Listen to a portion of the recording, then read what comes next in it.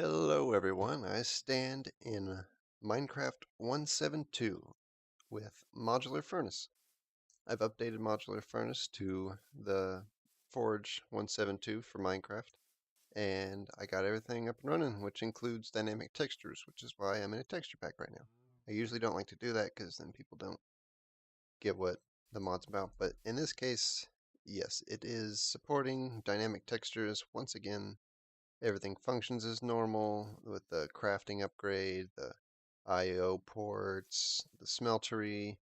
Everything is up and functional.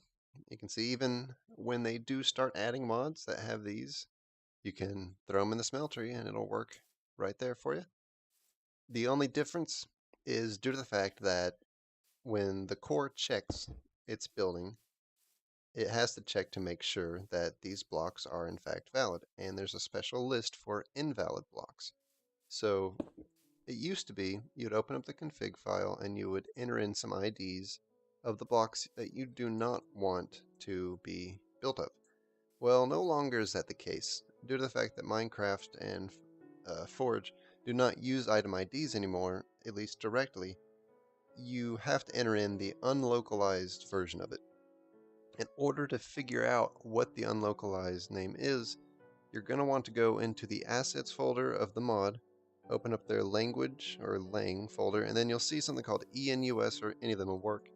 And in there, the format is tile dot whatever the name is dot name, and then it'll be equals what it'll be in game. So for instance, lava core would be tile.lavacore.name and then lava core after the equals. What you're going to want to do is you're going to want to take tile dot whatever the name is, copy that over and add it in the config. I included some vanilla ones to give you just sort of a general direction in what you're doing. And when you do that, they will no longer be able to be built out of that block. So that's the only difference that you will notice, because I can't have you just enter in item IDs anymore because they don't exist.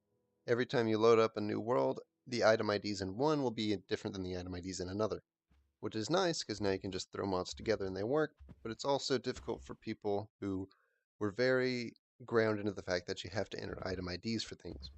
So with that in mind, that's pretty much all the news I wanted to bring to you. Modular Furnace acts just as it did before, and one of the coolest things about the update is I'll actually make my GUI a little bit larger for you, just so you can see this. That's not. See if we can get this large. Looks about the same. But if you look down at the bottom at these black ones right here, you can actually see through the alpha layer.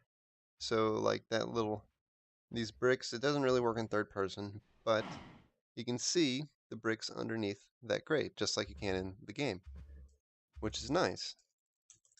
That's one of the changes they made with the alpha layer rendering, and I like it because it helps people see exactly what my blocks are.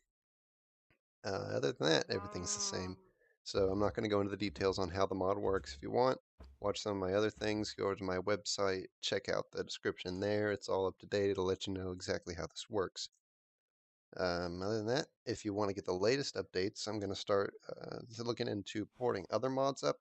I've already ported Mob Tools and Modular Furnace up to 1.7.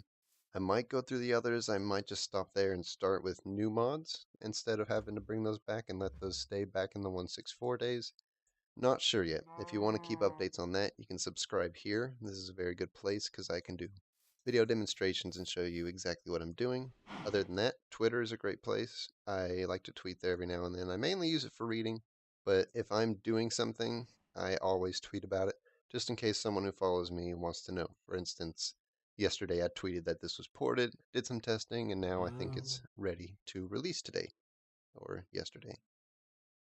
Or if you would like even more information, head over to my Patreon website. I keep very up to date there because that's where my patrons get all their information, and they are particularly special in getting info. I find that if they're going to support me, I should at least try to keep them in the loop. So if you want to check out my Patreon, you can go there. It's not just for people who want to support me through the site, but anyone who just wants to get activity on what I'm doing. It'll all go straight through there. Other than that, thank you guys for watching.